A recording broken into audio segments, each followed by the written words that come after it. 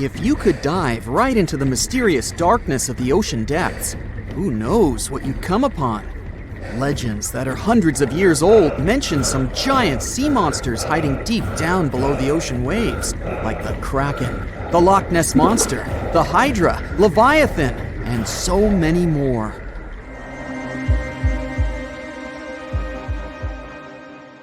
Okay, no one has ever seen such monsters, but there are still weird and unusually big sea spiders, squid, worms, and many other animals that grew way more than we'd expected.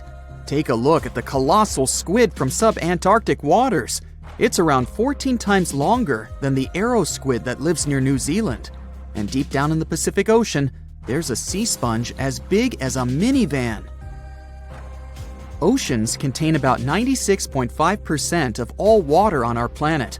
Up to 80% of all life on Earth we've discovered is under the oceanic waves. We haven't explored, mapped, or even seen more than 80% of the ocean. In fact, we've mapped Mars better than we have the ocean bottom. The pressure down there is insane, and it would make you feel like you're holding up almost 50 jumbo jets. And temperatures at such depths are extremely low. Conditions deep below the oceanic surface are harsh, so creatures that live there need to adjust. That's why many of them grew very, very big to survive. Creatures that live in cold, dark depths are so big because of a phenomenon called deep sea gigantism. The deeper you go below the oceanic surface, the less sunlight there is. That's why the temperatures drastically fall. The result of this is increased cell size and longer life of creatures. Also, these creatures don't have as much oxygen as the marine animals that live in shallower parts, and their food sources are minimal. Much of the food they get comes from shallower waters, and only a little bit trickles down to the deeper parts. And when there's not enough food, being large is an advantage. Larger creatures can move farther and faster to find something to eat. Their metabolism works slower. They don't digest the food that fast, so they can store food and conserve energy for hard times when they can't find anything to eat. They don't need to regulate their body temperature either, which also helps them save some energy, which they can then transfer to other body processes. They mature more slowly and later than those living in shallow waters. The majority of fish species that dwell in deep waters live 30 years or even more. Orange ruffy fish, on the other hand, live up to 150 years. This fella grows 24 feet in length and weighs up to 1.5 tons. But it grows to be so big for centuries. They start looking for partners when they're 150 years old, and they can also live this long because there are not so many predators at such depths. Also, there are no humans or other things that can disturb them or endanger their existence. At such depths, the environment is pretty stable, so many animals there are like living fossils because they probably haven't changed in millions of years. The first 650 feet of the ocean's depth are considered to be the open ocean. The majority of the marine life we've discovered lives there, since that's the area the sun can still reach. And then, as you continue going deeper, you reach the twilight zone. It seems like nothing lives there. But at about 820 feet, you see a small oasis of ancient life blooming. For example, there are sea lilies, animals that have been living at such depths unchanged for millions of years. Coelacanths, another living fossil, have been living in the ocean for more than 360 million years. Hagfish haven't changed in a very long time either, for over 300 million years. This creature lives at depths of 5,500 feet. They evolved before the rest of the vertebrates, which is why this is the only living animal without jaws or a spine, even though it still has a skull. Deep-sea creatures can't survive in shallow waters. They've evolved to live in depths under bigger hydrostatic pressure. Humans and other organisms that have internal spaces filled with gas would end up crushed if we could go to such depths. That's why deep-sea divers always need to wear special dive suits designed for surroundings with higher pressure, even though they're not going that deep to the areas where these giants live.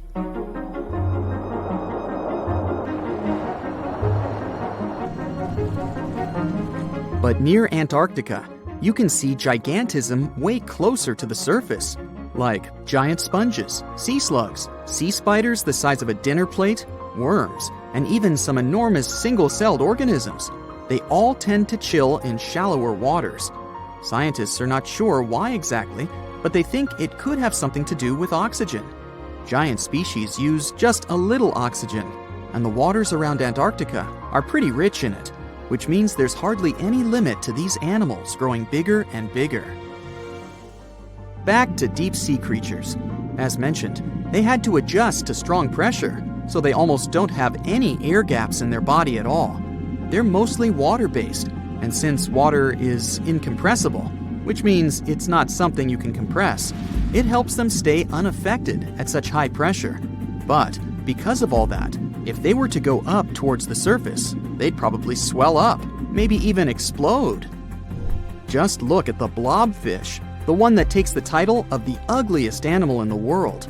It looks normal deep down below the surface, where its natural habitat is. But when it gets up to the surface, where the pressure is 120 times lower, it changes its shape. The blobfish doesn't have a skeleton or muscles, so without high deep-sea pressure, it ends up being all floppy and saggy. The dark oceanic depths are not just scary to watch, but to listen to as well. In 1997, scientists were trying to find underwater volcanoes located off the South American coast. During their travels, they recorded one of the loudest noises ever registered. It was pretty weird, too. It was so loud, even sensors from more than 3,000 miles away managed to pick it up. They later called it the bloop. It took them 15 years to conclude the sound came from an ice quake. That's when seismic activity breaks frozen ground. Water at the bottom of the ocean is not always extremely cold. There are hydrothermal vents on the seafloor, and the water that comes out of them can be up to 750 degrees Fahrenheit. Powerful pressure, yep, the same one that would crush you, is something that doesn't allow the water to boil. There are hundreds of animal species that live near deep-sea hydrothermal vents. Some of them, such as tube worms, are not like anything we have seen before. These worms absorb chemicals from vent fluids. That's how they feed bacteria that live in them. And in return, those bacteria give them the carbon the tube worms need to survive. 2/3 of all of the coral species scientists discovered live in dark, deep, and extremely cold parts of the ocean. Some even live in parts that are 3 miles deep. They can survive at low temperatures, such as 28 degrees Fahrenheit. Some of these cold water corals are more than 8,000 years old. They form amazing structures that can rise up to 115 feet tall. The deep is not just a mysterious world of unusual creatures. The landscape under the oceanic surface is magnificent too. The canyons hiding there make even the Grand Canyon seem small. For instance, check out the one located in the Bering Sea, the Jemchug Canyon. Its vertical relief is more than 8,500 feet deep. That's huge. The largest ocean waves are not the ones you can see from the shoreline. They occur under the surface, and they're called internal waves. They take place between two water masses that have different densities. They travel at speeds of thousands of miles per hour and can be 650 feet tall. An eerie, otherworldly sound is coming from the deepest and one of the scariest places on Earth, the Mariana Trench. First recorded in 2014, these sounds are so strange that they defied explanation for years. Dubbed biotwang, these noises lasted only between 2 and 3.5 seconds. Yet in that brief time, they managed to send chills down the spines of anyone who heard them. The weirdest theories popped up to explain them. Some said it could be the cry of a deep-sea monster, a signal from extraterrestrial life, or something even more unsettling. But scientists think they have finally figured out the truth, and it has to do with wild sea creatures. At almost 7 miles deep, the Mariana Trench is the darkest, most remote part of the Pacific Ocean. Only a handful of people have dared to venture down into its crushing depths, and it remains one of the most mysterious places on the planet. In 2014, when underwater gliders patrolling the trench for acoustic surveys picked up these strange noises, scientists knew they were onto something big. But they had no idea what. The noise can be divided into 2 distinct parts. It starts with a deep, rumbling sound that echoes through the depths.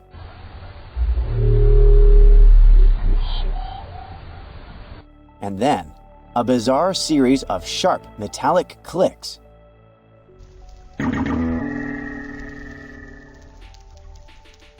That some have compared to the noises made by spaceships in Star Trek.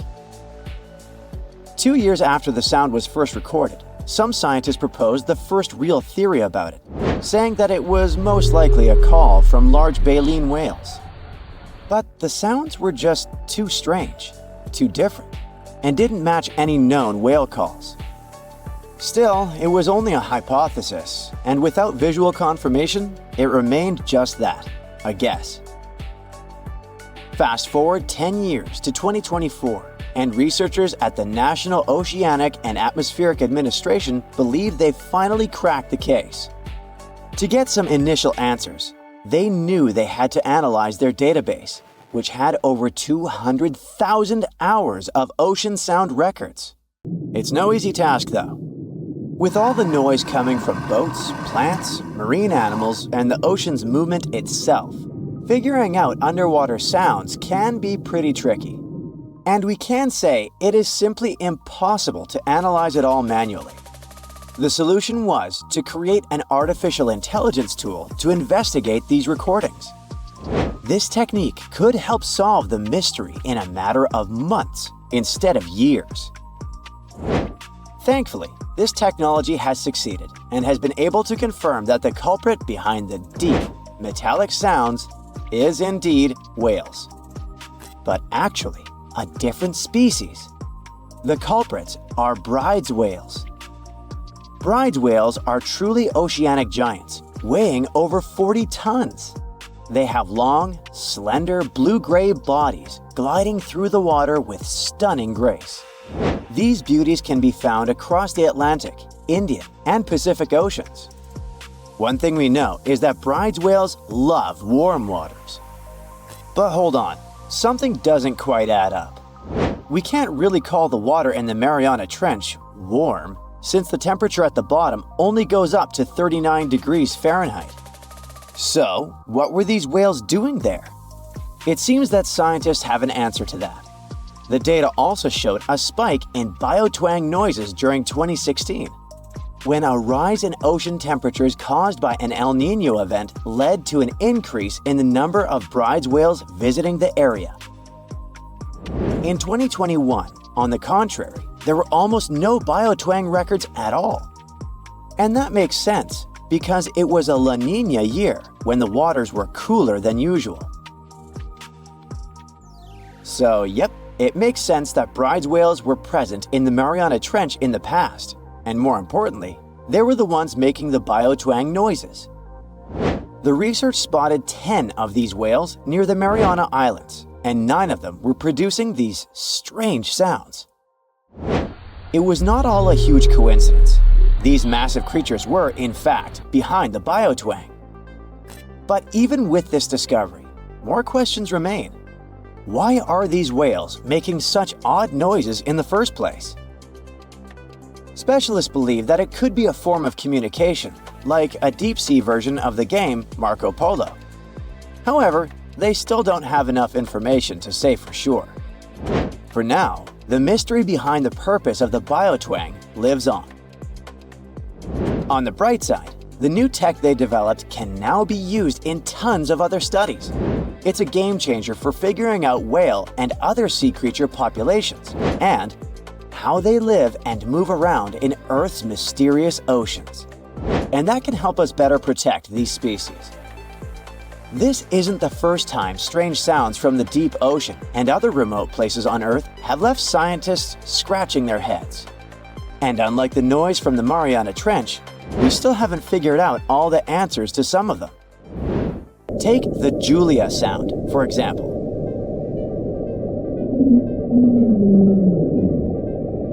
Which was recorded in the equatorial Pacific Ocean back in 1999. It lasted for about 2 minutes and sounded like a long, low growl. For years, people went wild with theories to explain it, wondering if it might be some kind of sea creature we hadn't discovered yet. Turns out, it was probably a giant iceberg that ran aground near Antarctica. But no one's confirmed this theory with 100% certainty. And then there's the famous Siberian sounds. In the 1980s, a group of scientists drilling in Siberia supposedly recorded what they thought were screams and groans coming from deep inside the Earth.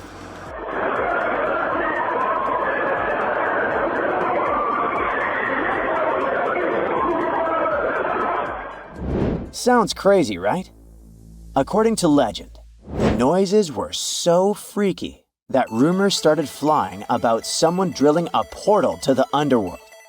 Whether it's true or not, the idea of accidentally disturbing something ancient and creepy deep underground is still a spooky story that gives people chills today. Now, one of the most famous deep-sea mysteries is the bloop. This noise was first recorded in 1997, and it got a lot of attention.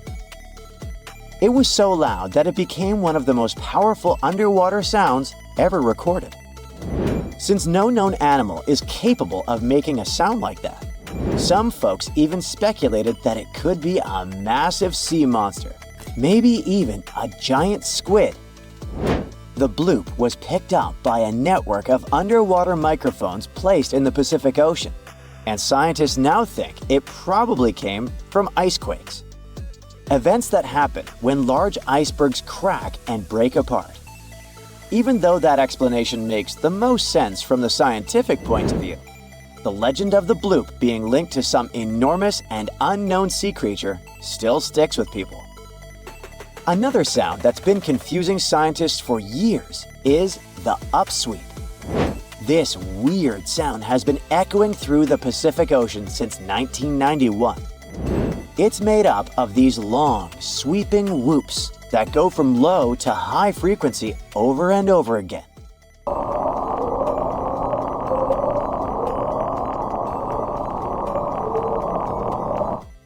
Some people say it sounds like a creepy ambulance siren, or maybe even a howl from some unknown creature. The crazy thing is that no one has been able to figure out exactly what causes it. And for some reason, it changes with the seasons, getting louder in the spring and fall.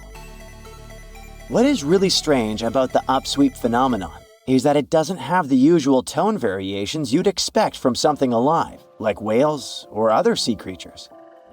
That's why some scientists think it might be tied to undersea volcanic activity. They're guessing the upsweep could be the sound of hot lava pouring into cold water. But even that hasn't been confirmed, so the mystery of the upsweep is still wide open, more than 30 years after it was first recorded. Next time you hear about eerie noises coming from the depths of the ocean, remember, it might not be extraterrestrial signals, but the truth could be even more fascinating. As technology gets better, so does our ability to record and analyze these deep-sea sounds, slowly unraveling the mysteries hidden beneath the waves. But for every mystery we solve, it seems like new ones pop up. There is a place deep in the ocean where pressure is 1,000 times stronger than that we're used to at the surface. This force is enough to turn an unprotected human into dust instantly. Well, maybe more like mud. Anyway, that's why explorers need some serious preparation and equipment to survive in such extreme conditions down in the Mariana Trench. It is as wide as 20 national malls in Washington, D.C., and about 1/5 as long as the diameter of Earth. People who went all the way down describe it as a chilly, quiet, and very peaceful place. They saw a bright blanket of red and yellow rocky outcrops, and there was a whole variety of unique, small, translucent animals. The popular myth is that more people have gone to the moon than to this deepest place on Earth is not true, though. In total, 24 humans flew to the moon, and at least 27 brave souls dove down to the Mariana Trench. Most of them were explorers and not proper scientists. They just go there for the thrills and also to collect video evidence of different wildlife, geological formations, and human-made objects. Humans started traveling around space and into the ocean depths at around the same time. The first moon landing was in 1969, and the first person to go down the Challenger Deep, the deepest part of the Mariana Trench, did so in 1960. This unusual location got its name after the British ship HMS Challenger, which first located this massive drop in the ocean floor at the end of the 19th century. It would take 8 more decades before the first human went down to it. Explorers didn't manage to do it in a conventional submarine. They used a type of submersible called a bath escape. The Swiss oceanographer Auguste Piccard designed his own in 1953. 7 years later, the submersible managed to do the impossible. It had reached a depth of nearly 36,000 feet. But what explorers saw was merely a fraction of the trench's full size. The fact that it is so huge of the Mariana Trench is just one of the reasons why it's mostly unexplored today. The absence of light is another major issue. Sunlight is incapable of reaching such profound depths, so the entire trench, from top to bottom, lies in absolute darkness. Because of such conditions, the ecosystem is a lot different than the shallower regions of the Pacific. This puts immense pressure on marine wildlife. Yeah, the pun is intended. Another reason why it's so challenging to survive there is the temperature. Water freezes at 32 degrees Fahrenheit. At the bottom of the Mariana Trench, the ocean is just a couple of degrees above freezing. One of the factors that hasn't let this area turn into a giant icicle is the fact that salt water has a slightly lower freezing point. The other reason is geothermal energy that warms the ground at the bottom of these just enough for it not to freeze. That's why submersibles need to have proper insulation to navigate these icy conditions. When they reach the bottom, researchers find out that this desolate and harsh climate is home to several animal species. They encountered arrow-toothed eels, snailfish, and spoonworms at various depths. There were even strange-looking translucent sea cucumbers and shrimp-like amphipods. The biggest surprise was microbial mats thriving on methane and hydrogen from the mud. Among the species, the Mariana snailfish looks like a master of the environment that can go farther and deeper into the trench to feed on prey than its competitors.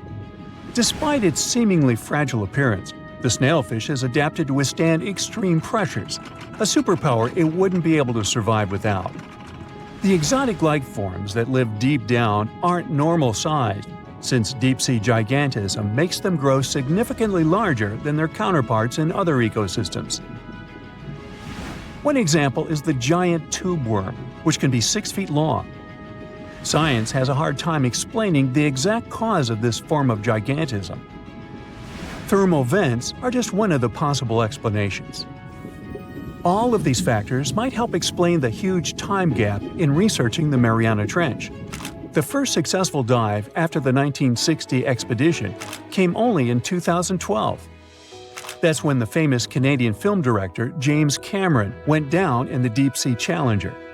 Because few scientists have gone that deep before or after Cameron, there is no map of the deepest point on our planet. We know very little about the oceans that cover 2/3 of the Earth's surface. Researchers have mapped out only 5% of them so far. Science still has a lot to discover in the Mariana Trench and other unexplored places on our planet. The Amazon rainforest stands as the best example of the world's most unexplored regions. The list of reasons why this part of South America is unknown starts with its wildlife: jaguars, anacondas, piranhas, black caimans, and Brazilian wandering spiders are just some of the creatures that pose a risk for researchers. Relentless year-round rainfall induces heavy flooding. Add to all this some treacherous river currents, and you can see why scientists have mapped such a small percentage of the Amazon to date. In just one region of Brazil, near Peru, there are at least 14 tribes that have never had contact with the outside world. The national authorities intend to keep it that way. Isolation of these indigenous people is the best way to protect their future. The same goes for a remote island in the Indian Ocean. After the tragic tsunami of 2004, helicopters flew over North Sentinel Island to make sure its inhabitants were alive and well. Meanwhile, the Sentinelese weren't thrilled. They took up bows and arrows to drive away the unwanted visitors. This tribe is one of the last uncontacted tribes on Earth. Although anthropologists and filmmakers visited the island in the late 1960s, we still don't know much about its indigenous population. It sits a long way off any shipping lanes in the Bay of Bengal. North Sentinel has no natural harbor, and it's surrounded by a shallow reef. This makes access to the island possible only by boat. The Indian officials who lay claim to the island have prohibited outsiders from visiting the island for safety reasons. The estimates on how many people inhabit the island vary significantly, from as few as 15 to as many as 500.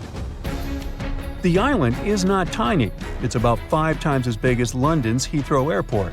Apart from occasional contact during the past 2 centuries, the Sentinelese must have been isolated for a long time. They are related to other indigenous groups in the Andaman Islands, but their neighbors cannot understand a word of their language. The continent of Antarctica has no permanent human settlements at all.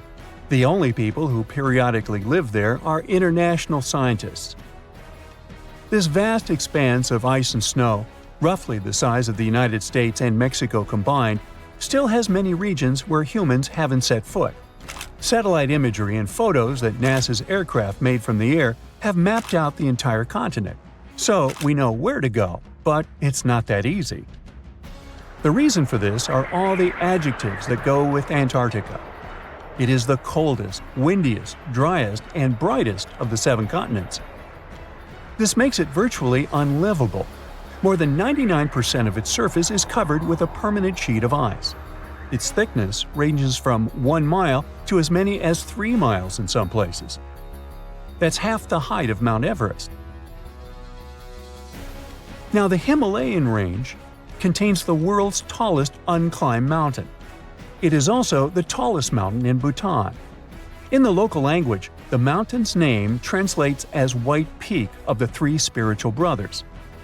Out of respect for the spiritual beliefs of the local population, national authorities restricted and then completely banned mountaineering at the beginning of the 21st century.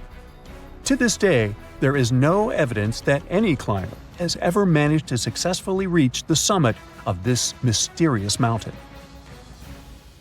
Now, the Mariana Trench is the deepest and probably the most enigmatic place on Earth, whatever that means. Bizarre creatures such as deep-sea anglerfish, frilled and goblin sharks, barrel-eyed fish, hatchet fish, live in a crescent-shaped trench in the western Pacific.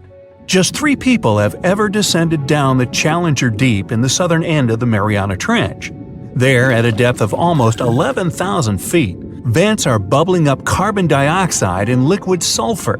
Mud volcanoes erupt under the pressure 1,000 times greater than at the surface. And so, it's no place I want to go. So bye! Get back in there. Alright, since you clicked, yeah, you're about to visit places no less mysterious and creepy than the Mariana Trench. Your first stop is Mexico, the Yucatan Peninsula to be precise. See those bottomless sinkholes filled with crystal clear water? It's fresh water that overlies salt water seeping from the sea. The sinkholes are called cenotes. The Mayans believe these natural wells were the gateways to the underworld.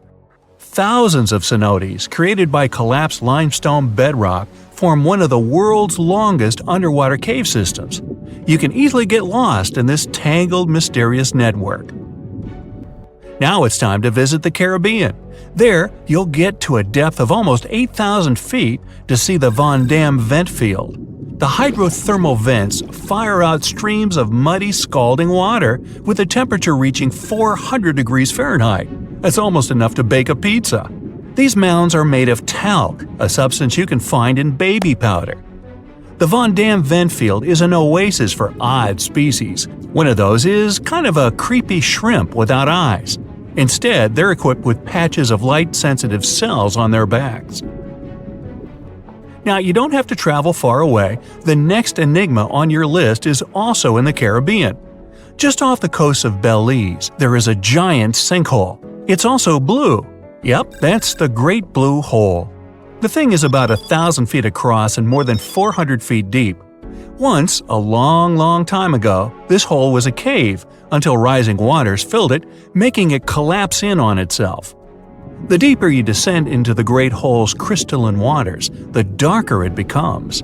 You see tons of stalactite-filled caves, but don't even try to enter them unless you want to get hopelessly lost. Once you reach a depth of 50 feet, you notice the water shimmer. That's the invisible line dividing the sinkhole's salty top from the freshwater abyss. Time to get out of there. Who knows what you might come across in the murky depths? Your next destination is off the Pacific Northwest coast. Almost 500 streams of methane bubbles were discovered there several years ago. Because of the bubbles, the vents got the name champagne seeps, which sounds better than the fart spas. Scientists are still puzzling over this phenomenon. Where does the methane come from? Underwater cows? Why is its temperature warmer than that of the surrounding ocean? And most importantly, what would happen if you managed to light a match somewhere near a large bubble? Methane is a highly flammable gas, and setting a methane bubble on fire, well, you get the picture. And now you're off to Iceland. The plan is to dive into Silfra, a fissure filled with pure glacier water. This 206-foot deep crack is the only underwater place on the planet where you can touch two continents at once. The deeper you go, the darker it becomes.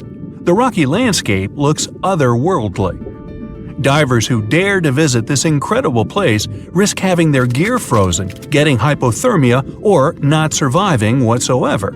After all, the water temperature in Silfra Fissure is about 35 degrees Fahrenheit year-round. Your next destination is Scotland. Okay, cue the bagpipes. If you dive in the Gulf of Corryvreckan, a narrow strait between two islands, you'll see massive underwater rocks and deep holes. They create the third largest permanent whirlpool on the planet, the Corryvreckan Maelstrom. The water moves through the strait at breakneck speed. It hits the underwater rocks, and the place looks like a pot with boiling water. The waves, created in the process, sometimes reach a height of 15 feet, and you can still hear the roaring whirlpool from 10 miles away. It's believed the Corryvreckan Maelstrom has swallowed dozens of sailors over the centuries. They were caught unaware by the ferocity of this natural phenomenon and pulled underwater in the blink of an eye. Okay, enough bagpipes. Your adventures are getting more and more extreme. You're heading for Antarctica. There, in the Southern Ocean, you'll find the Ross Sea Ice Shelf. Say that 5 times real fast. Later, not now. It's roughly the size of Spain, with the ocean underneath containing as much water as the North Sea. Once, scientists drilled all the way down through this enormous chunk of ice. Imagine their astonishment when they found life in those extreme conditions. The researchers came across dozens of mysterious species not known before. The most unnerving were upside-down swimming fish and overturned sea anemones hanging in the frigid waters. Hopefully, bizarre places with a notorious reputation don't frighten you. Well, too bad, because you're about to visit the Bermuda Triangle. It's an area between Bermuda, Florida, and Puerto Rico where planes and ships seem to vanish in thin air. For the first time, this place attracted a lot of attention in 1945. That's when 5 U.S. Navy planes disappeared during training. Before radio contact was lost, the flight leader said, "We're entering white water. Nothing seems right." After that, the planes with 14 men flying them disappeared. Even scarier, a rescue plane with 13 people on board never came back as well. Some people believe the mythical city of Atlantis lies at the bottom of the triangle. They claim its inhabitants use extraterrestrial technologies to sink ships and crash airplanes. Others blame rare and unexplored natural phenomenon, for example magnetic anomalies, or massive pockets of flammable methane gas. There we go again. Then, if a bolt of lightning ignited a giant methane bubble near a ship or a plane, this could probably make it sink without a trace, except the smell. But methane is found everywhere all over the world, and it never behaves this way. Some experts aren't sure there's a mystery to explain whatsoever. Lots of busy routes pass through this area. No wonder more ships and planes sink there than anywhere else. Now, prepare some warm clothes. You're heading for the north again. Your destination is Cape Desolation in Greenland. Nice place. In 2012, Canadian researchers were sampling the water in that area, and their equipment came back to the surface with pieces of coral attached to it. That's how a cold water coral reef was stumbled across. These unique pinkish corals can easily go without sunlight and live in strong currents 3,000 feet below the surface. Another unique spot you can't miss lies between Greenland and Siberia. The Gakkel Ridge is the deepest and most remote portion of the global mid-ocean ridge system. In some places, it reaches the depth of more than 3 miles. It's only natural the darkest corners of this underwater world remain unexplored. Fascinating chemical reactions happening at the bottom of the ridge produce hot fluids rich in minerals. They spew, like freshmen at a rush party, from seafloor vents. And since these vents are isolated from the rest of the ocean, they're hot spots for bizarre creatures found nowhere else in the world. Your next stop is just off the coast of Cuba. Circular columns, paved floors, symmetrical stone structures. That's what the Cuban underwater city looks like. What happened there? Why was a large city abandoned at a depth of more than 2,000 feet? Lots of people believe those are the ruins of a long-forgotten civilization. But scientists have their doubts. They claim the lost city is nothing but a natural phenomenon that appeared about 5 million years ago. The disc and donut structures often appear around the areas of the seafloor where natural gases break free. Again with the gases. When you come to visit the Sargasso Sea in the middle of the North Atlantic Ocean, you won't find its shores. Instead, it's surrounded by powerful ocean currents. These are the same currents that turn the sea into a gigantic convention for dense brown seaweed. In the 19th century, a French ship was discovered in the Sargasso Sea. Its sails were set, but not a single crew member was on board. This mysterious disappearance made people believe the seaweed was carnivorous. The Sargasso Sea is indeed a weird place. It's always eerily calm and unnaturally warm, even though it's surrounded by the churning, freezing waters of the Atlantic Ocean. Could one of these bizarre places become a home to the largest marine predator ever, the megalodon? The giant shark's teeth, some larger than an adult man's hand, have been found pretty much all over the world. But since these creatures preferred warm, shallow waters, they lived along the coastlines of all continents except Antarctica. In other words, it'd be a waste of time to search for the giant predator in the depths of the Mariana Trench, in Greenland, or in Mexican cenotes. But then, could it choose the waters of the Caribbean to hide from the hustle and bustle of the modern world? Don't get your hopes up. There's been no proof the megalodon does exist these days. It wasn't a shy, elusive animal, and still, no one has seen this shark lurking around recently. Not even near the fart spas. It was the wealthiest and most beautiful city ever to be seen. Stepping through its central gate alone would take your breath away with its elaborate decorations and towering marble statues. Everywhere you'd look, you'd find yet another marvel of civil engineering and cultural prowess. Yes, the lost city of Atlantis was truly the pinnacle of ancient civilization. That is, if it ever existed. Since it was supposedly swallowed by the sea in its entirety, it's no wonder some curious minds linked it to the Bermuda Triangle, another subject of endless mystery in popular culture, suspected of swallowing quite a few missing planes and ships. In the late 1960s, it's said that a group of treasure hunters stumbled upon the remains of an ancient city while diving in the Bermuda Triangle off the coast of Miami. Not only did they claim to encounter some intricate-looking ruins, but they also claimed that they found a glass pyramid there, larger than any other pyramid ever discovered in Egypt. A huge glass pyramid on the bottom of the Atlantic Ocean? No, that story turned out to be a hoax. Nevertheless, we do know that strange phenomena are still happening in the Bermuda Triangle, like volatile water currents or even the occasional vortex. When anyone mentions the Bermuda Islands, this mythical triangle is often the first thing that comes to mind, due to all the mysterious disappearances or unexplained malfunctions. But there's a lot more to this territory than one mysterious triangle. Let me tell you about it, just in case you might want to visit. For a time after its discovery, Bermuda was briefly known as the Somers Isle, named after George Somers, a British privateer and naval hero. But the name that eventually stuck was the initial name, Bermuda, named after Juan de Bermudez, an explorer from Spain who discovered it in 1505.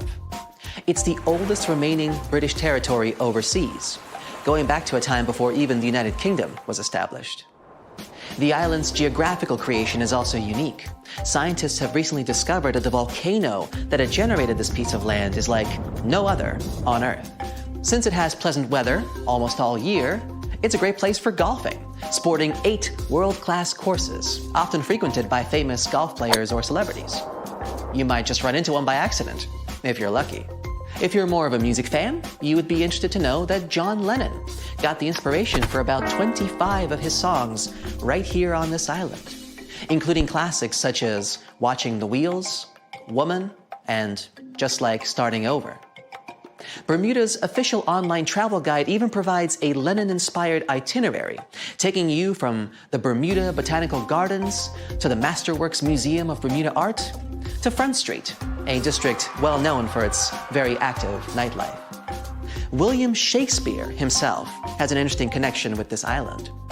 His famous play, The Tempest, a story about a shipwrecked crew that end up on a magical island where they are tormented by an old man and his servants, was initially going to be set in the Mediterranean. But after learning about a real-life shipwreck in Bermuda, Shakespeare was supposedly inspired, and so moved the setting here. The island is also home to some fascinating animal wildlife. On hot summer nights, a special insect that glows in the dark, called the Bermuda fireworm, can be found in protected bay areas. There's also a unique species of birds here, the cowhouse, also known as Bermuda petrels. Believed to be extinct for about 300 years, they were rediscovered back in the 1950s, and a sanctuary was built for their protection. Currently, there are about 300 of these birds in Bermuda, total. Some of the first sailors to end up on the island at times reported strange sounds coming from inland and the surrounding waters after sunset. They even described what they heard as children screaming. So, of course, they thought it must have been because of witches or sea monsters. It took a little more time and research to figure out the sounds were coming from the cowhouse. These birds emit a very specific sound that can be easily confused with distressed human noises. Just as the Netherlands are famous for their tulips and Brazil for its coffee, Bermuda is well known for, drumroll please, onions. Yes, Bermuda used to export an amazing amount of onions back in the day, and the general quality of the vegetables produced here is said to be very high. Bermudians, that's how people living in Bermuda are called, are so proud of their onion heritage that when the clock strikes 12 on New Year's, a giant-sized onion decorated with beautiful lights is dropped in St. George's Town Square to usher in a new year. This is a big part of Bermudian tradition, as their onion heritage is a point of pride for the Bermudian people.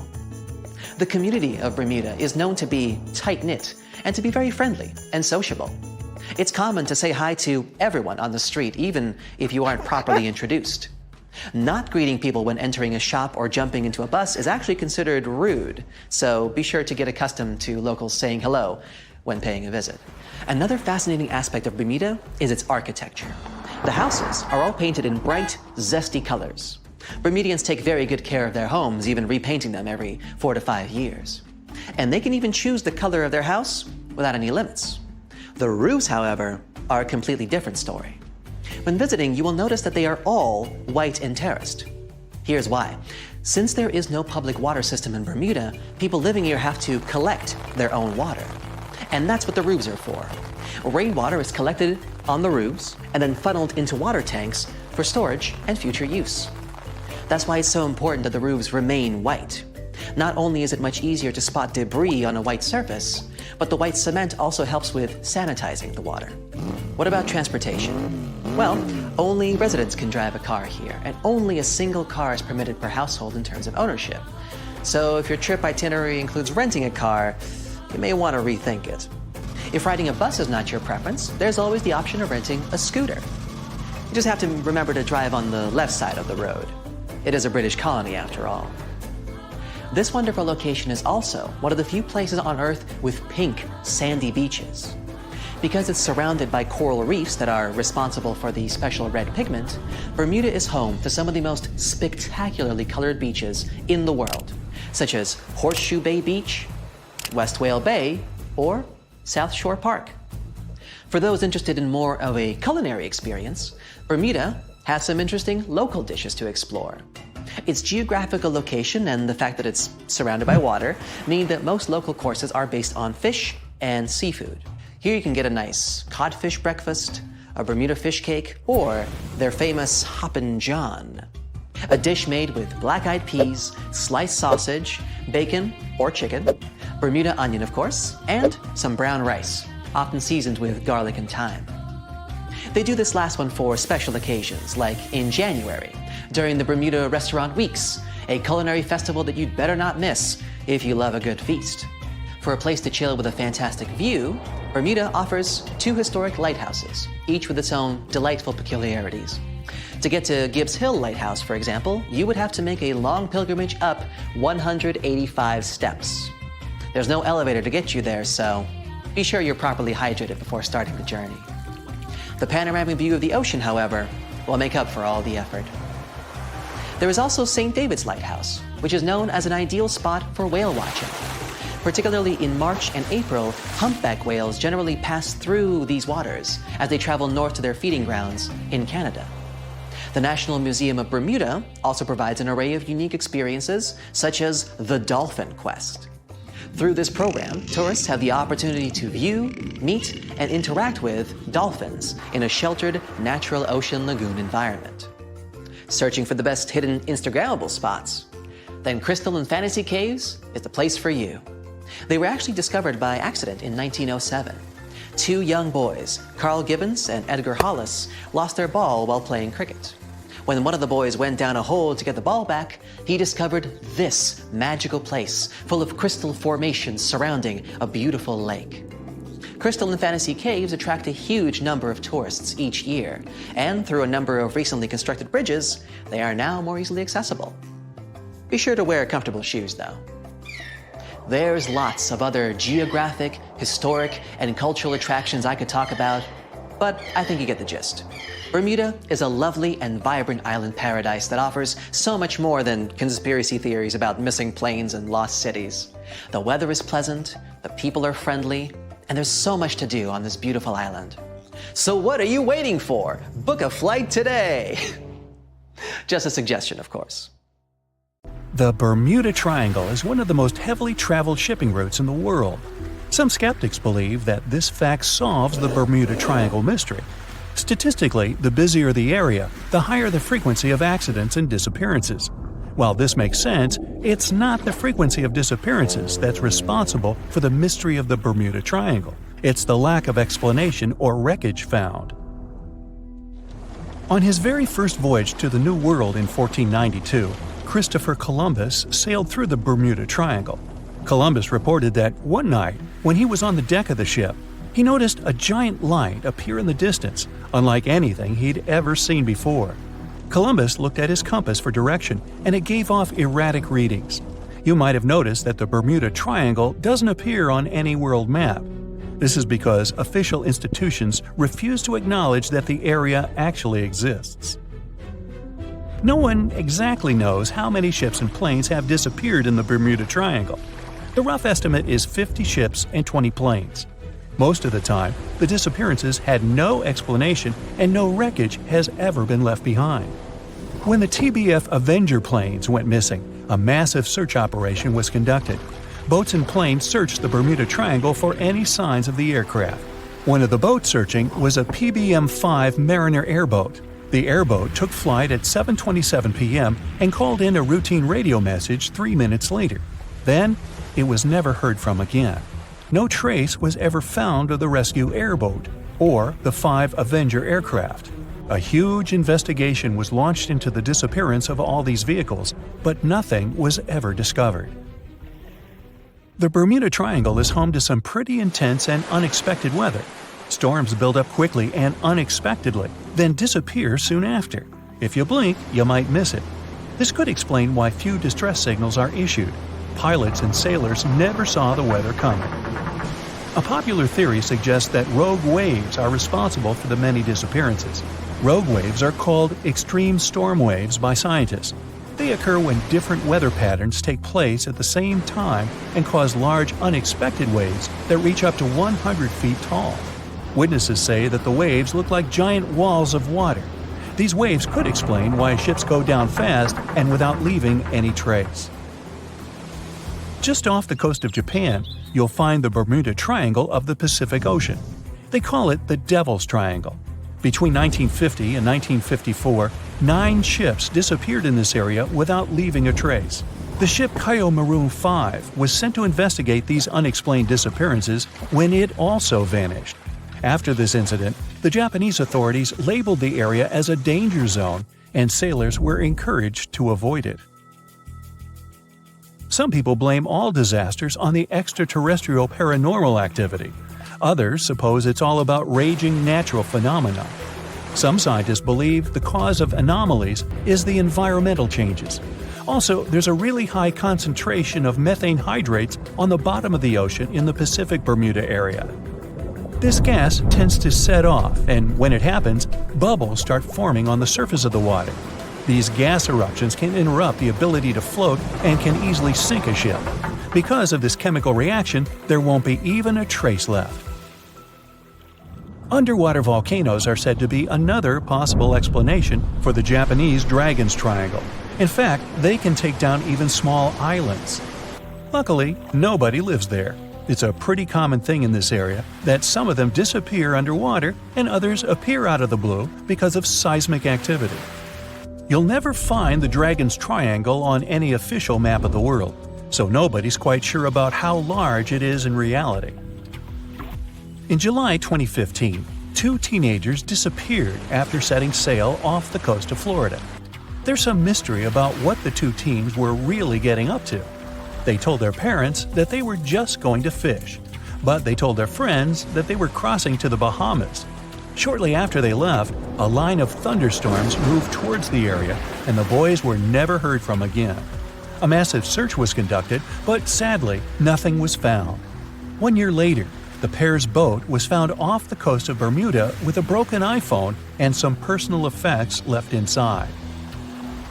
One of the most popular and bizarre theories trying to solve the Bermuda Triangle mystery comes from Charles Berlitz.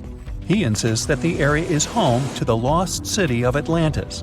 The missing ships and planes and malfunctioning equipment, according to him, were all caused by rays of energy let out by the special energy crystals that power Atlantis. While this sounds silly, Berlitz's theory was convincing enough that over 20 million people bought his book worldwide. Previously, the compass wouldn't work well in the Bermuda Triangle since the lines of the 2 poles coincided here, true north and magnetic north. But if you fall into this line, your compass will behave strangely. But the magnetic north is constantly shifting, and now it's far beyond the triangle. No legend says pirates of the last centuries operate in the Bermuda Triangle, or that the Flying Dutchman makes other ships disappear. A popular theory is that ships travel to the distant past or future through a time portal in the Bermuda Triangle. Fortunately, these are all myths. Just imagine hundreds of giant tentacles reaching out to a group of ships sailing through the Bermuda Triangle. In the past centuries, they could easily sink an entire fleet, since the ships were made of wood and were lighter. Squids wrapped decks with their strong tentacles, made holes in the ship's hulls with their sharp beaks. Toothy suction cups could break the masts and tear the sails. The water was filling the holds and slowly rising to the deck. The ship sank in a matter of minutes. Survivors reached the shore and told everyone about huge monsters. This is how the legends of the Kraken appeared. Fortunately, now people have sonars and equipment for monitoring the sea space. They say the main reason why this place is so enigmatic must be the magnetic fields that form this ominous triangle. Ocean floor is made of rocks containing a lot of magnetite. It's more like iron. Magnetic fields react to the high concentration of magnetite on the ocean floor, which may start a sort of conflict between the two. It can often lead to various weather anomalies and, as a result, navigation issues. And naturally, any changes in the ocean floor or the Earth's magnetic fields influence the Bermuda Triangle a lot. Magnetic fields tend to shift their position, so do tectonic plates and even the continents, even though we never notice it. The skies are usually very clear there, but back in 1883, some people witnessed abnormal things in the area. Some claim to have seen large blocks of ice falling from the skies, and the crew even managed to save one as hard proof. Seems like the Bermuda Triangle has an alternate not only on Earth, but even in space. Spacecraft usually don't disappear into thin air though, like there's no air. This anomalous area is really large and stretches right above the South Atlantic. It occupies the area from Chile to Zimbabwe and sits right at the point where Van Allen radiation belts are the closest to the surface of our planet. The Earth has two such belts, which come in handy trapping the particles that shoot in from the Sun. They do a great job protecting the Earth from radiation. The magnetic field there is lower, so it allows the Earth's radiation belt to come closer to the surface. Whenever a satellite passes by, it will be exposed to radiation, which might lead to serious damage. So, no satellite can take pictures of it. The South Atlantic anomaly is part of the Earth where natural radiation just flows out of control. Still, there is little evidence that all these triangles are really dangerous. Many believe the Bermuda Triangle itself has been proven time and again to be nothing but a work of fiction. In fact, some shipwrecks, such as the Ellen Austin, gained popularity in the middle of the 20th century, while nobody even thought of drawing a triangle in the Bermuda area before that. The mystery was popularized by science fiction writers and became a common myth, while no serious research proved it any more dangerous than other parts of the world's ocean. So, the crew of the Ellen Austin back in 1881 weren't even aware of the Bermuda Triangle back then, let alone afraid of it. What do you think?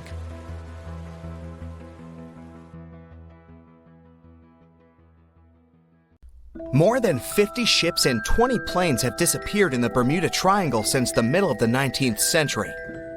This region isn't put on any paper map and is not an official region of the Atlantic. This massive water area is located not far from the southeastern coast of the US and still scares many sailors. But you aren't afraid and want to prove that there is nothing special in this place. You sail to the center of the Bermuda Triangle on a small fishing boat. You turn off the engine and wait. Several hours pass. The sun goes below the horizon. Night comes. You're about to return to the shore, but suddenly it becomes too quiet. Then you hear a splash of water. You look overboard and see hundreds of fish swimming to the surface. Something big scared them away. Something that comes straight from the depths. The next second, you notice big sparkling eyes and long tentacles reaching for the boat. It seems that one of the most terrible myths about the Bermuda Triangle turned out to be true. A huge squid dragging ships to the bottom.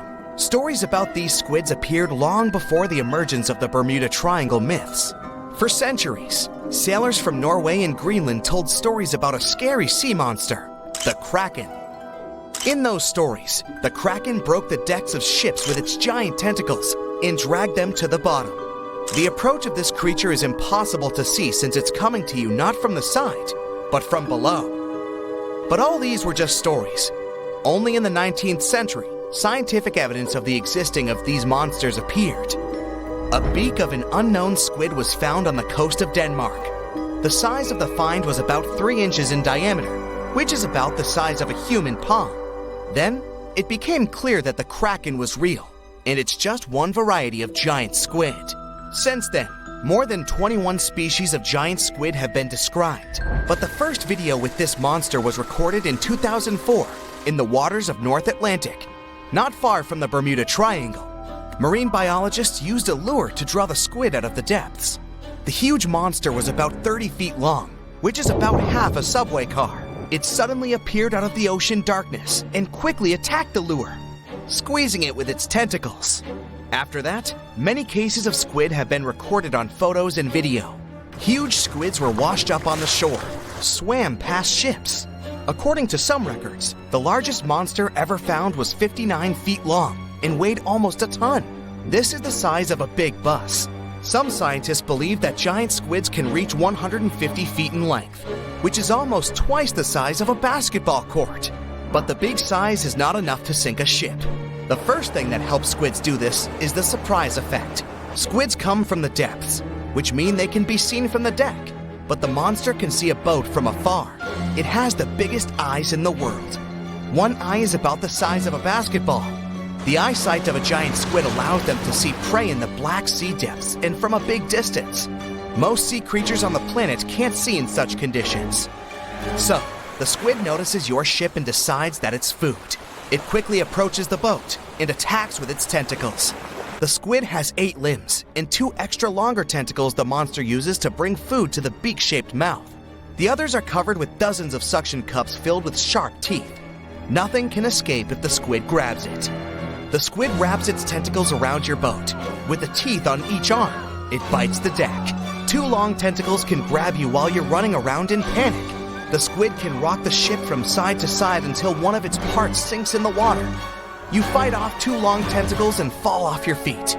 The squid's 8 arms are squeezing stronger. You can hear the boat's hull cracking. The squid is big, but still can't sink a large metal object. Possibly, it couldn't have sunk huge ships that disappeared in the Bermuda Triangle. You see how the squid swims away into the depths. You're lucky this time, but you definitely wouldn't handle 2 such monsters. The existence of giant squids was proven more than 150 years ago, but people still don't know anything about them. The fact is that they are some of the most elusive creatures on Earth. They swim fast, spending most of their time at depths of 1,300 to 3,000 feet. To descend there, people need sturdy submarines and bulky equipment that create a lot of noise. The squid will notice them much earlier and swim away. Scientists don't know anything about their behavior, social life, habits, or a distance they swim during the day. And most importantly, we don't know how many of them are hidden in the water. The ocean is only 5% explored. It's possible that millions of giant squids swim in the sea depths. Just imagine hundreds of giant tentacles reaching out to a group of ships sailing through the Bermuda Triangle. In the past centuries, they could easily sink an entire fleet, since the ships were made of wood and were lighter. Squids wrapped decks with their strong tentacles, made holes in the ship's bodies with their sharp beaks. Toothy suction cups could break the masts and tear the sails. The water was filling the holes and slowly rising to the deck. The ship sank in a matter of minutes. Survivors reached the shore and told everyone about huge monsters. This is how the legends of the Kraken appeared. Fortunately, now people have sonars and equipment for monitoring the sea space. You start the engine to swim to the shore and notice that about 30 tentacles are reaching out to you from the water. 3 giant squids squeeze the boat from all sides and pull it down. It looks like there's no way out. You look overboard and see black eyes looking right at you. At this moment, you find a solution. Squids spend their whole life in darkness and are afraid of the light. Fortunately, you have a signal rocket. You use it to scare the monsters away. Squids go back down into the water, but apparently not for long. You release a few more rockets into the ocean and scream in fear. The red light illuminates the sea darkness, and you see hundreds of moving tentacles. They quickly swim away from the fire to a safe distance. At full throttle, you're sailing to the shore and releasing all the signal fires into the water. You don't give the squids a chance to get close to you. Finally, you get to land, confident that you will never return to this place. The bad news is, these creatures swim not only in the Bermuda Triangle. People found giant squid in the oceans all over the world. Yeah, it's possible the giant squid is the main reason for the disappearance of ships, but this doesn't make the Bermuda Triangle a unique place. Boats and cargo ships disappear all over the Atlantic Ocean. The Triangle is not even included in the top 10 of such places. Also, this area is one of the most popular shipping routes of the Atlantic. And the more ships sail in one place, the more ships are lost. Many scientists believe the reason of the disappearances here is strong storms and hurricanes. Bermuda is located in an area of high pressure, which diverts thunderstorms towards the Triangle. The waves reach such sizes here that they can turn ships over. Thunder and frequent flashes of lightning disable planes. The Earth's magnetic field is weakened at the location of the Triangle. This field works as a shield, which repels solar particles. Here, solar radiation passes through the upper layers of the atmosphere and can negatively affect the electronics operation. Also, there is a theory that says that the Bermuda Triangle is the center of a magnetic anomaly. But scientists made many checks of the magnetic map of this region and haven't found any oddities. If you draw up a map, trace a line connecting the island of Bermuda, Puerto Rico, Miami, and back to Bermuda, what do you get? The infamous Triangle, known for swallowing thousands of ships and aircraft over the centuries. But there's a new mystery to this already enigmatic place. Something's lurking deep in the waters below, and it's leaving bizarre clues of its existence. Splash! Your submarine hits the water surface. You descend 100, 1,000, 2,000, 3,000 feet. It's getting darker. The sub's walls creak as the pressure grows. Over 1,400 psi. It's like the weight of a grand piano squeezing every square inch of your body from all sides. You've made it to your destination. All that's left is to spot the beast.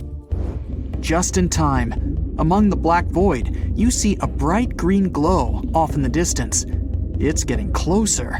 As it approaches, it gets bigger. This is it! The creature that's been leaving strange circular markings on fish, dolphins, whales, and even other sharks. Behold, the cookie cutter shark! Don't let its size fool you. It may be no longer than a bowling pin, but this creature is a parasite. It attaches itself to other marine animals using its neatly arranged serrated teeth. With one bite, it fills its belly, detaches, and goes on about its day. Its mobile snack also swims away with its life. The only evidence of this rendezvous, a cookie-shaped mark on its body. Don't assume you're safe in your submarine. These bold little guys have been known to go after subs too. You decide not to risk the shark punching a hole in the only thing keeping you from being squished to a pulp by the surrounding water.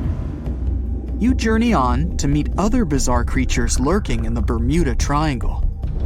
At twice the depth, you'll find the dragonfish. Unlike other deep water inhabitants, these things produce light in the infrared range. Blue and green is what other fish stick to.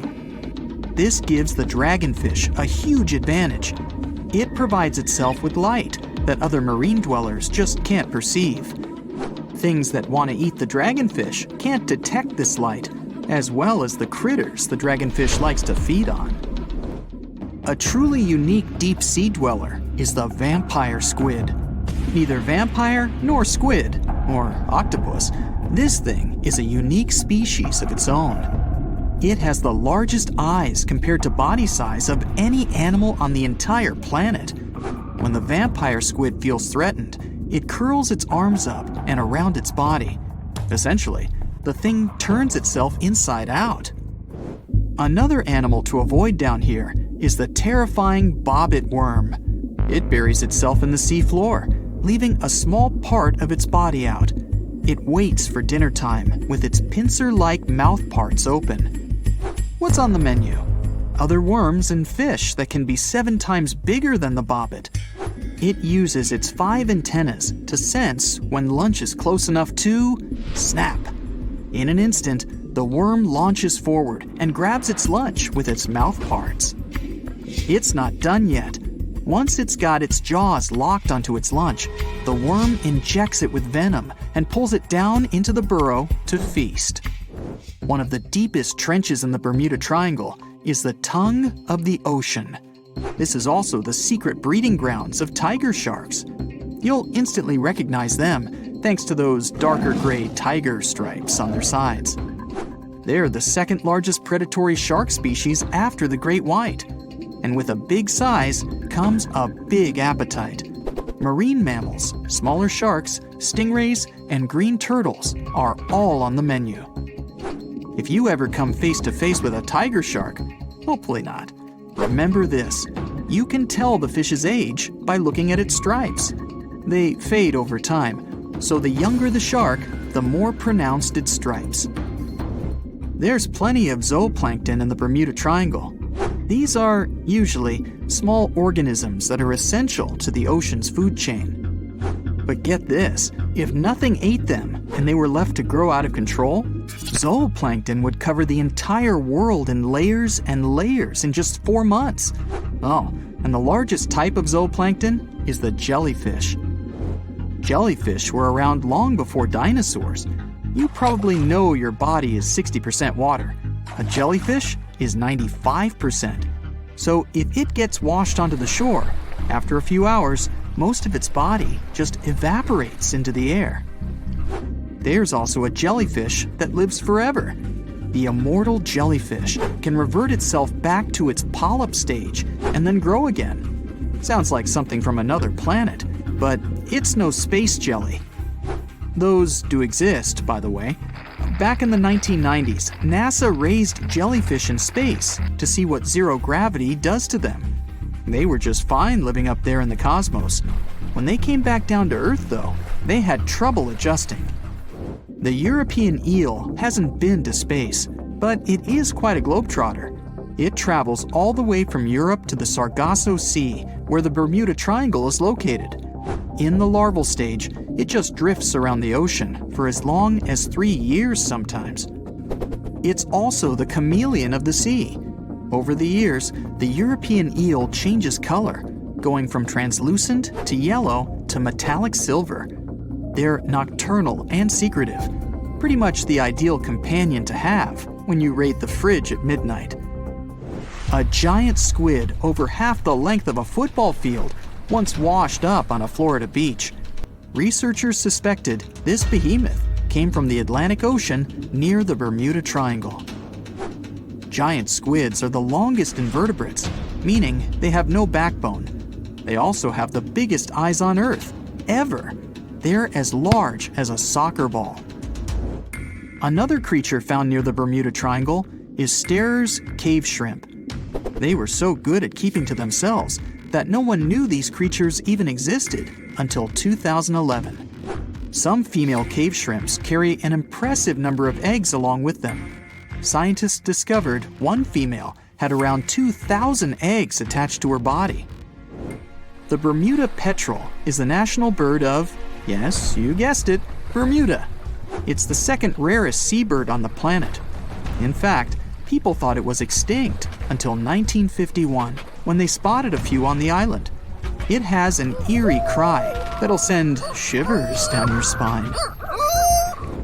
The Nassau grouper can only be found on the coasts of South Florida.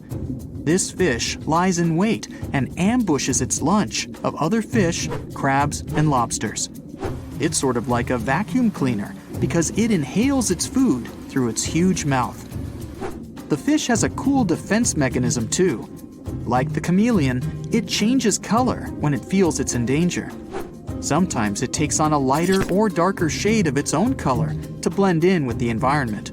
So, you may spot a Nassau grouper, or you may not. If you happen to visit the Bermuda Triangle, you'll probably see a hammerhead shark. They use that iconic hammer-shaped head to pin their lunch, stingrays, onto the ocean floor. The shape of their head also gives them better vision. They can see almost 360 degrees all around, above and below them. Well, save for one blind spot right in front of their nose. The hawksbill sea turtle may not look intimidating, but this guy will eat anything it can get its bird-like beak around. Sea sponges, algae, and even venomous jellyfish. A lot of the stuff on their menu is inedible for most, but their body fat can absorb the venom and toxins, so they go unscathed.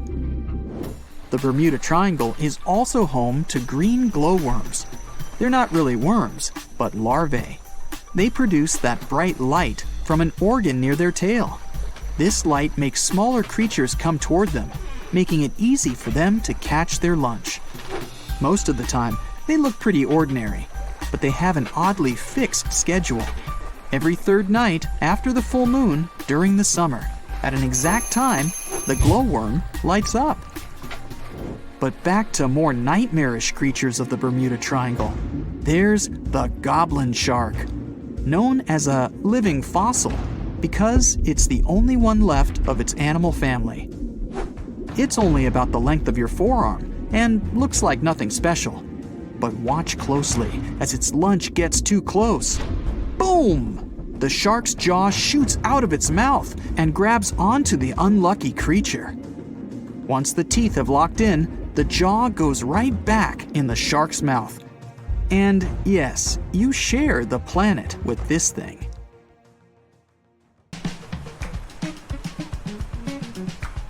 Can you swim? Good. Because you're going on a journey to the deepest point of the Pacific Ocean. Now, put on your flippers. The very bottom of the Mariana Trench is awaiting.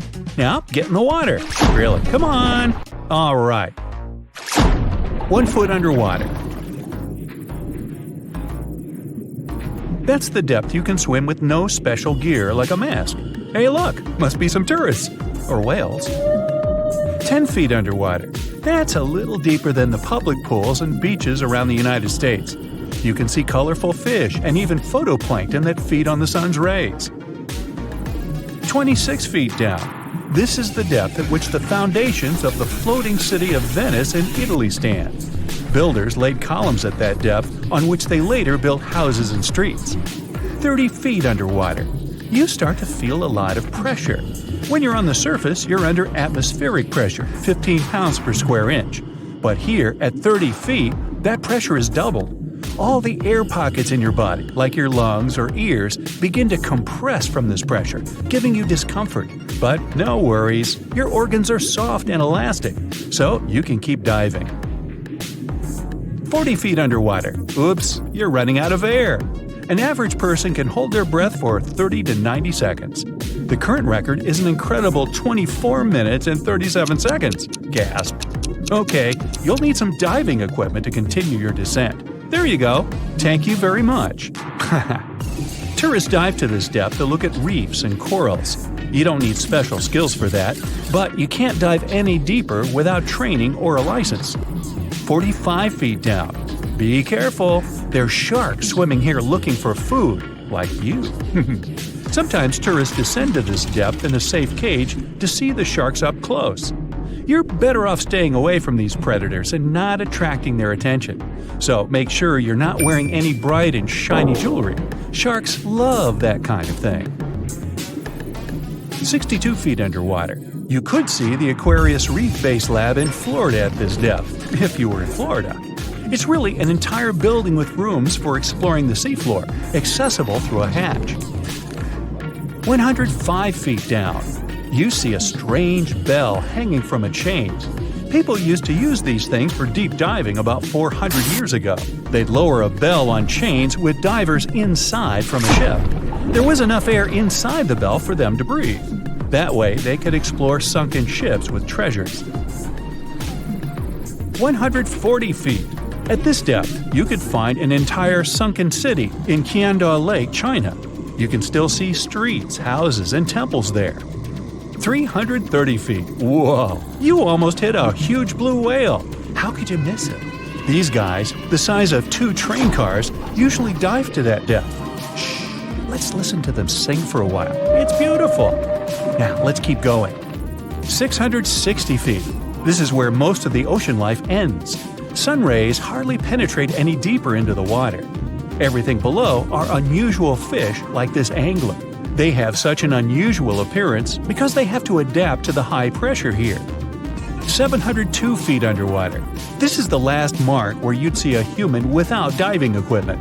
This man holds the title of the deepest man on Earth, and he's the only one who has managed to get to this depth. The water pressure on his body here was 20 times greater than that on the surface. 985 feet. Ooh, what was that sound? Whoa, that's a submarine. That's the maximum depth they can dive to. Some of them can reach speeds of 26 miles per hour. Fun fact, an ostrich can run twice as fast, but she can't swim. 1,090 feet. Say bye to this scuba diver. You won't see them any deeper than this. The world record was set in the Red Sea. It only took the diver 12 minutes to reach this depth, but it took him a whole 15 hours to return to the surface to avoid decompression sickness. So now you get an atmospheric deep diving suit. It's completely sealed, and you won't feel the insane water pressure on your body in it. 1,454 feet. If you stuck the Empire State Building in the water, its tip would be here, and all the carpet inside of it would be wet. 2,300 feet down. The water pressure here is 70 times greater than on the surface. The flexible plastic parts of your suit can't withstand that kind of pressure. So here's some urgent delivery. It's an ultra-deep submersible. Now you can continue your dive all the way down. 2,717 feet. Here you'd see the tip of the tallest building on Earth, the Burj Khalifa. Alright, who's sinking all the tall buildings around here? 5,387 feet. This is the depth of one of the oldest and deepest lakes in the world, Lake Baikal. Its area is slightly larger than the entire country of Belgium. 8,040 feet. That's the record depth the Perdido oil platform reaches in the Gulf of Mexico, and its above-water part with 3 decks is almost as high as the Eiffel Tower. 11,962 feet. This is the average depth of the Atlantic Ocean. You can see a huge tube as wide as a giraffe's neck, and it just seems to be endless. True, this cable connected Europe and North America and used to serve for telegraph communications. 12,303 feet underwater. Suddenly, in the darkness, you see the outline of a ship. No way! That's the Titanic itself. The intense water pressure would crush a person at this depth, so you can only dive down to the Titanic in a submarine. 13,123 feet. Whoa! Here would be the end of the deepest mine in the world, Imponen Gold Mine in Africa. But you still have deeper places to go. Let's speed up. 20,000 feet. Here you can see the deepest debris of an old ship. The USS Johnson sank more than 70 years ago. You can still clearly see the number 557 on its bow. 26,200 feet. Here, in this total darkness, you'll find the deepest fish in the world, the Mariana snailfish. They're as long as a domestic kitten and have almost transparent skin. Their eyes are poorly developed for vision because the sunlight never reaches this deep. 29,030 feet. If you take Mount Everest, flip it over, and stick it into the Marianas Trench, this is exactly where you'd see its tip. Even though this is the highest point on our planet, you'd still have a lot deeper to go. 35,755 feet down. Here, in the Challenger Deep, you'd still see life. You'd need a microscope for that, though. Bacteria living here feed on organic molecules, similar to oil. A little deeper? Congrats! You've touched the bottom. It's 36,070 feet deep. The pressure here is 1,071 times higher than on the surface. But you're not the first person to have been here. One of the last expeditions to the bottom of the Mariana Trench was in 2012. An American filmmaker descended here in a submarine he designed himself. But the pressure broke some of the engines, so it was hard for him to maneuver here. The sonar was also damaged, and some of the batteries drained. He was in the Challenger Deep for about 3 hours and took many pictures and videos. If you look closely at the bottom itself, you can see bubbles. It's carbon dioxide and liquid sulfur. It's freezing here because of the extreme pressure and temperature close to freezing. But there's still life here in these harsh conditions. The 3 microorganisms are most common here: xenophytophores, amphipods, and small sea cucumbers. There's so few of them because they don't have enough food down here. Usually, there's a lot of palm leaves on the ocean floor, which get there from the land. But the Mariana Trench is 124 miles from the nearest islands. So the only food here is old plankton and fish scales from the ocean's upper layers. But it needs to travel tens of thousands of feet to become food for the bottom dwellers. But can you go even lower into the crust of the Earth? Well then, you'll need to unleash your giant drill and fire up the jet engines. You're pushing another 36 miles through the Earth's crust, and here is its edge. You've entered the upper mantle. It's an ocean of hot lava, 1,800 miles deep. You have to literally swim through this, reaching the outer core, another 1,400 miles deep. Then you reach the inner core, another 755 miles, and congrats! You're at the very center of the Earth. I hate to ask, but how do we get out of here? In 2003, while following a grouper that suddenly disappeared below the waves in Chetumal Bay, Mexico, a lone fisherman discovered a mysterious hole hidden from sight. More than a decade later, his son returned with researchers to take a closer look. They started measuring. 100 feet, 160 feet, 425 feet. Still no bottom. As instruments descended into the dark, still water, the readings grew stranger. Warm, salty water where it shouldn't be. Currents rising from the darkness below. The latest readings showed over 1,372 feet and still no end in sight. Quiet, deep, and dangerous. It's Ta'am Ja, the latest and officially the deepest known blue hole on Earth, and it might be hiding something never seen before. Nature takes its time. Over thousands, sometimes millions of years, water slowly carves through underground rock. Then one day, the ceiling gives way, the ground collapses, and you're left with a massive hole. That's a sinkhole. Blue holes are just ancient sinkholes that filled with water as sea levels rose long ago. From above, they look like dark circular shadows, much darker than the water around them. All because they're super deep and sunlight can hardly reach the bottom. Some go hundreds of feet down and are almost perfectly vertical. Cut off from ocean currents, they create still, isolated environments that scientists are still trying to figure out. So, what makes Ta'am Ja unusual? Well, most famous blue holes like the Great Blue Hole in Belize are impossible to miss. You can spot them from a satellite.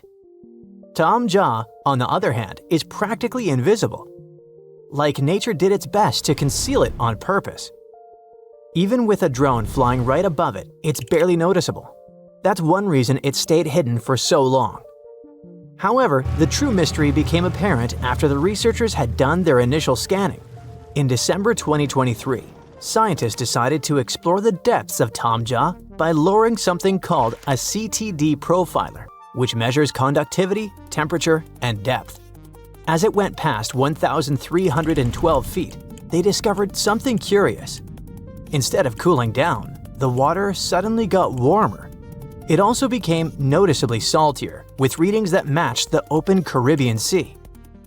But wait, Chetumal Bay is already part of the Caribbean, so what's the big deal? Well, Ta'am Ja is tucked far into the bay, and its depth is unusual for such a calm, protected environment.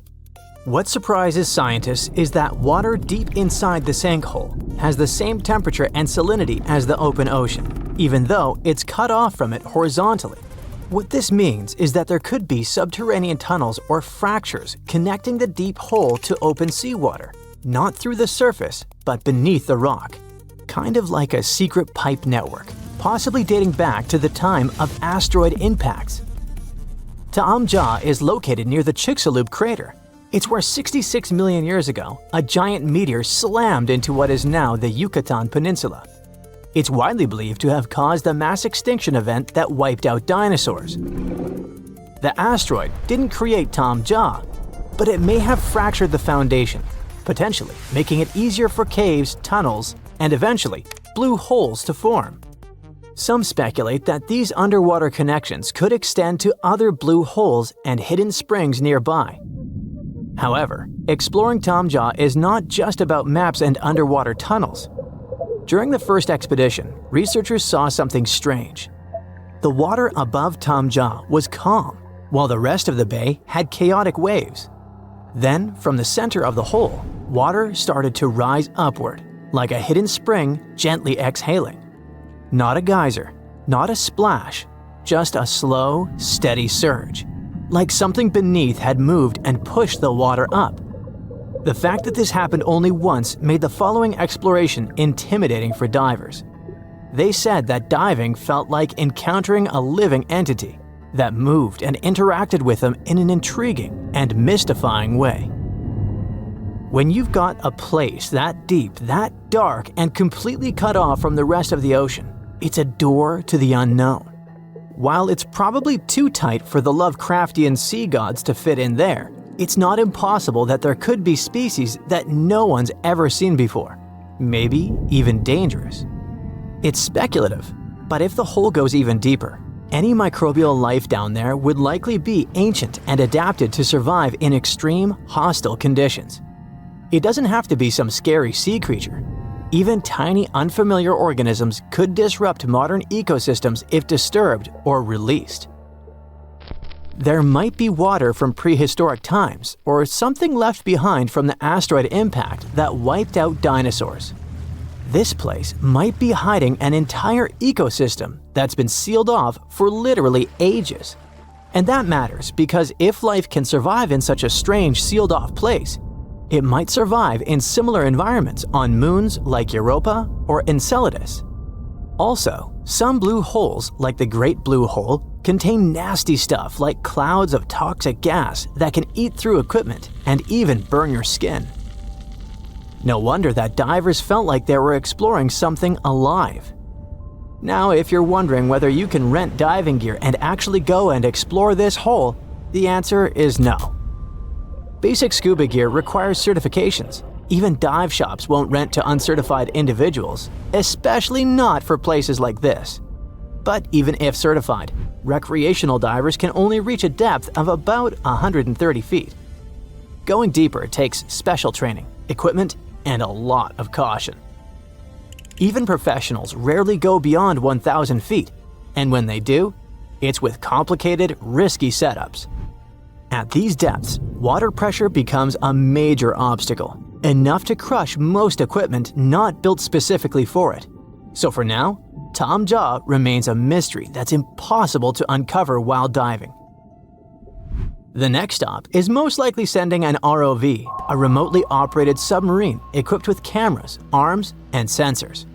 It can go much deeper than any diver and stay down there longer.